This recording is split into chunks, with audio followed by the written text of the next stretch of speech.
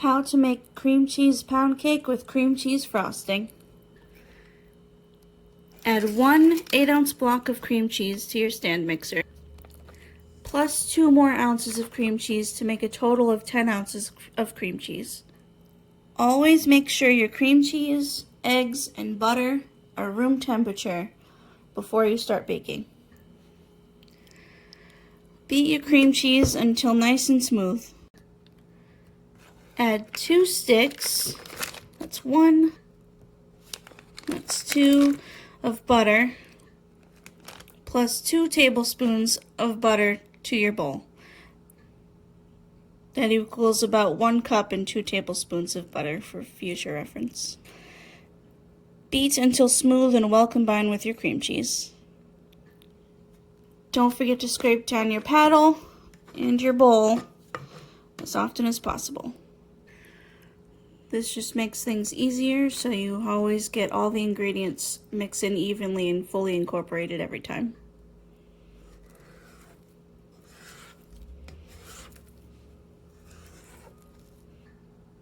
Nice and thoroughly scraped down.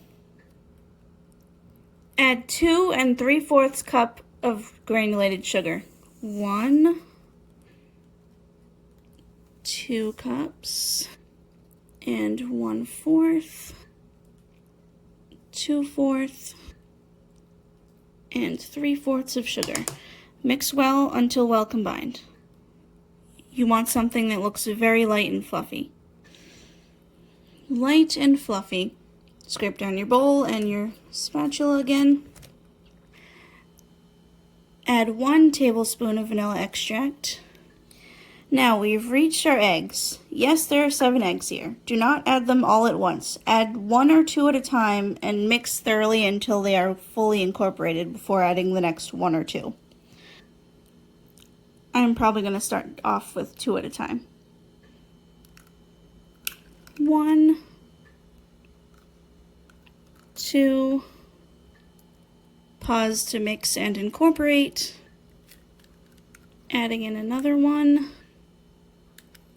2, pause again to fully incorporate, add in 1 more, and another, mix again to well incorporate, add our 7th and final egg, and mix to fully incorporate. On to our last couple of steps here. We're going to add 3 cups of flour. That's 1, that's 2, and that's 3. Add 2 tablespoons of baking powder. That's 1, that's 2, and a pinch of salt. Mix on low speed until well combined, being very careful not to overmix. A little bit of flour streaks is totally fine. You would rather slightly, very slightly undermix than overmix. Don't forget to scrape down your bowl, but this looks perfectly fine. See there, a little bit of flour streaks? Totally fine. Remember, don't overmix. Next, grab yourself a cookie sheet and put your cake pans on top. You want to grease and flour all of your pans. Future tip, if you're ever making chocolate cake, use cocoa powder instead of regular flour. But now that that's all done, you can start filling your cake pans. You want to fill them about halfway through, maybe just a tiny little bit over halfway. Just be careful not to fill them too much because then they'll overflow. Smooth out with a rubber spatula or spoon to one even layer. One last thing you want to do with your cakes is take both hands, pick up the cake pan with your hands, maybe 1 or 2 inches above your table, and just drop it onto your counter maybe 3 to 6 times like this. It makes sure the cake is evenly distributed as well as takes out any air bubbles that may have occurred. Now I had a little bit of extra batter left, so I'm going to make some cupcakes as well. But you want to bake these cakes and cupcakes off at about 350 degrees for about 25 to 30 minutes, or until a toothpick inserted in the center comes out clean. And while our cakes are in the oven, we're going to work on our cream cheese frosting. I do want to say in advance real quick that this cream cheese frosting recipe is different than the cream cheese recipe you see in my carrot cake and cream cheese recipe. So I encourage you to either try both or watch this video, watch the carrot cake video, and decide for yourself which cream cheese frosting you would rather prefer to try. But for this cream cheese recipe, we're going to add 3 8-ounce blocks of cream cheese to our stand mixer. That's 1, that's 2, that's 3. Add 4 more ounces of cream cheese to your 3 blocks. Beat well to combine until it's fully softened. Don't forget to scrape down your whisk and your bowl. Add 2 sticks or 1 cup or the equivalent of 9 ounces of butter. So for me, that's 1, that's 2, and 1 tablespoon. Mix until well combined and softened, or I should say whip. Don't forget to scrape everything down. The easiest way to scrape down your whisk is to just bang it against the side of your bowl until it all falls off. Add vanilla to taste. I'm gonna hope that a tablespoon is enough. Add 2.5 cups of powdered sugar. That's 1. That's 2. And 1/4 cup plus another 1/4 cup equals 1/2 cup. Whip until well combined, nice and creamy and thick, and to desired consistency. Now, with any cream cheese frosting, you're going to have to put this into the fridge until you are ready to use it to frost your cake. However, I highly recommend you taking this out before you frost your cake to get down to room temperature, because otherwise you will have a hard time. All that cream cheese will solidify and it will be really hard to frost if you don't take it out ahead of time. Now, after about 35 to 40 minutes in the oven, your cakes are done. Cupcakes took a little bit less time, about maybe 25-35 minutes. But anyway, you want to take them out and let them get down to room temperature. Just remember that the colder your cakes are, the easier they will be to frost. So once they get to room temperature, I even recommend wrapping them up really well and just putting them in the fridge overnight.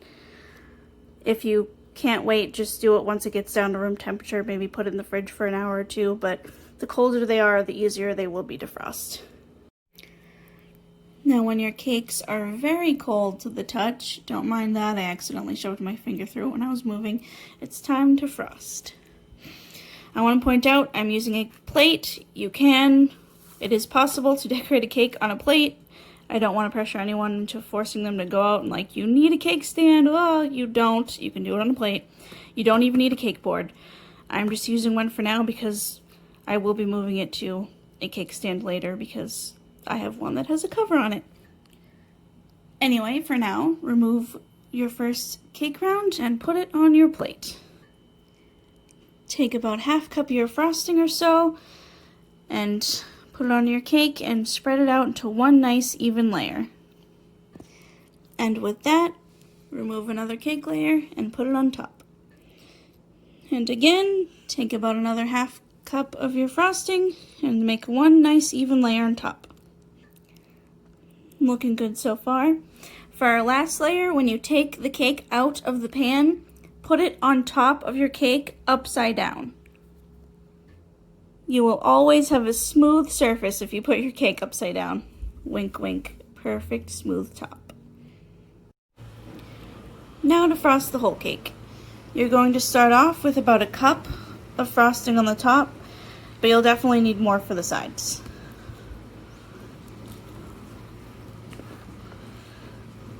Nice plop. Take your knife and start smoothing out the top.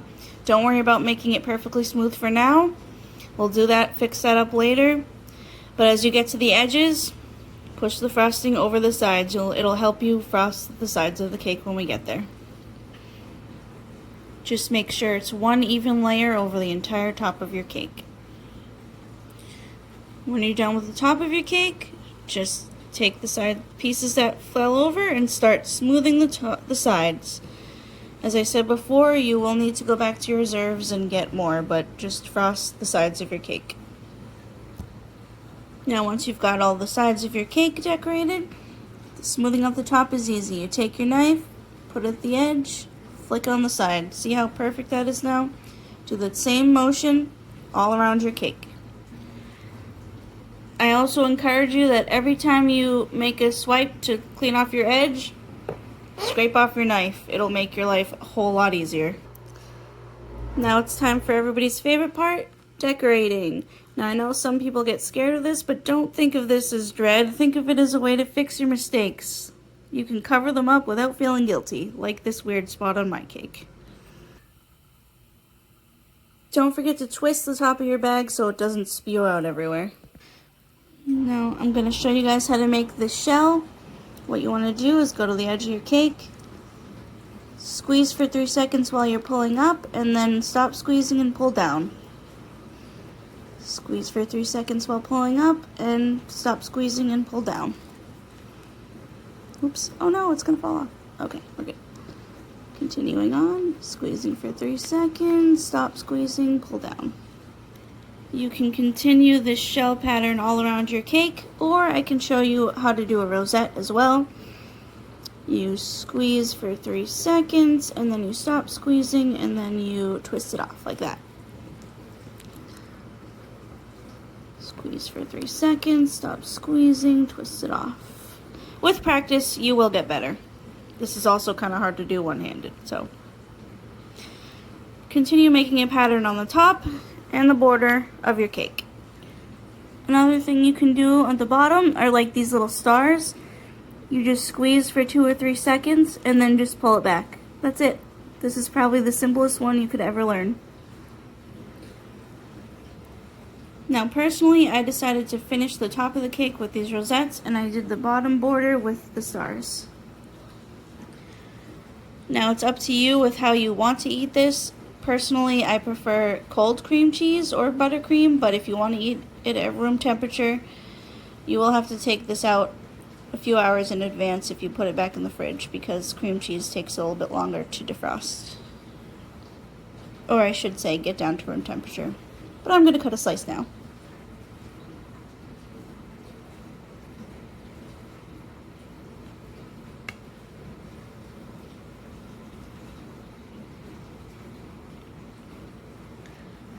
So cut your slice and enjoy. I'll tell you right now, I had one of the cupcakes earlier and they were really good. Even on its own, I recommend, even if you don't want to try the cream cheese frosting, the pound cake on its own is really good and really flavorful. The tablespoon of vanilla really helps. I even recommend trying other extracts to see what other flavors and combinations you can come up with. But enjoy. Nice little cross section there. Beautiful.